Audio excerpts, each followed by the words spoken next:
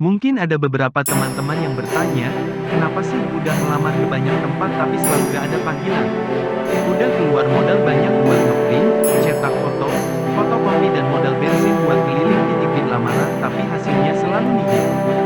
Bahkan ada yang coba ngasih uang rokok ke security atau office boy perusahaan itu supaya surat lamarannya dispesialkan.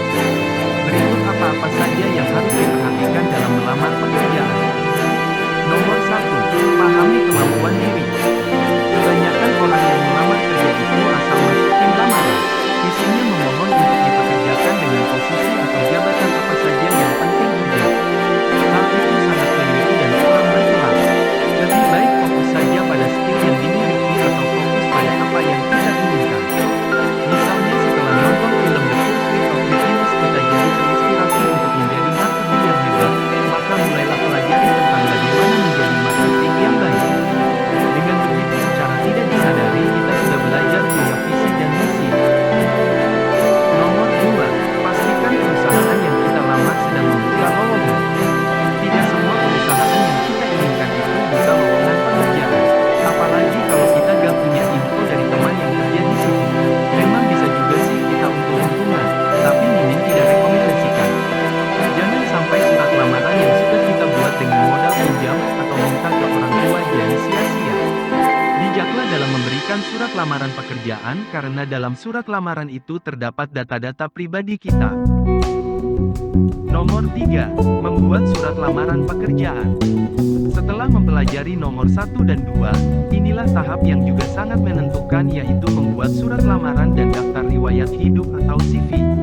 Ada beberapa faktor kenapa surat lamaran kita tidak ada kelanjutan. Bisa karena faktor non-teknis seperti keberuntungan, atau bisa juga faktor teknis seperti bentuk surat lamaran. Menurut pengalaman pribadi dan beberapa teman, sebetulnya HRD sangat bosan dengan surat lamaran yang datang begitu banyak sehingga mereka biasanya memilih secara random. Mulailah berpikir apa yang membuat surat lamaran kita berbeda dari surat lamaran yang lain. Nanti Mimin coba buatkan tutorial membuat surat lamaran kerja yang berbeda dari yang lain, agar faktor keberuntungan menyertai kita. Nomor 4. Pelajari latar belakang perusahaan yang kamu lamar. Mempelajari latar belakang perusahaan yang kamu lamar tidak kalah pentingnya. Mengetahui latar belakang perusahaan akan memudahkan kita untuk mempersiapkan diri jikalau ada panggilan interview. Kamu bisa pelajari tentang di bidang apa perusahaan ini bergerak, produk apa yang jadi unggulan, atau bahkan kamu bisa mempelajari kompetitor perusahaan serupa. Dengan demikian kamu sudah mempersiapkan bahan obrolan saat interview nanti. Nomor 5. Interview. Inilah kemenangan pertama yang kamu dapatkan, yaitu undangan interview. Tahap inilah yang harus digunakan sebaik mungkin untuk meyakinkan perusahaan. Kebanyakan pelamar kerja pada saat interview, dia tidak menunjukkan kesesuaian dengan surat lamaran telah dibuatnya. Ketika sudah sampai di depan meja HRD, pelamar biasanya grogi, membungkuk, tertunduk, dan takut. Perlu diketahui bahwa HRD dan pemilik perusahaan itu hanyalah orang biasa seperti kita. Mereka hanya berharap ada partner yang mau menemani mereka untuk jalanin perusahaannya. Maka dari itu, santailah.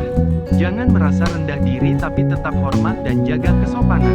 Nanti Mimin juga coba buatkan tips menghadapi interview agar bisa percaya diri dan tetap rendah hati.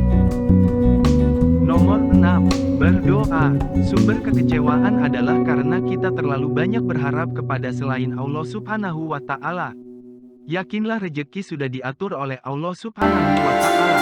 Adapun kita ikhtiar mencari kerja adalah adab yang harus dilakukan. Usaha dan doa layaknya pohon mata uang yang memiliki dua sisi dan tidak terpisahkan. Karenanya, berdoalah dan minta yang terbaik, karena belum tentu keinginan kita kerja di suatu perusahaan akan baik buat kita. Semoga uraian di atas dapat sedikit merubah mindset atau pola berpikir teman-teman tentang melamar pekerjaan.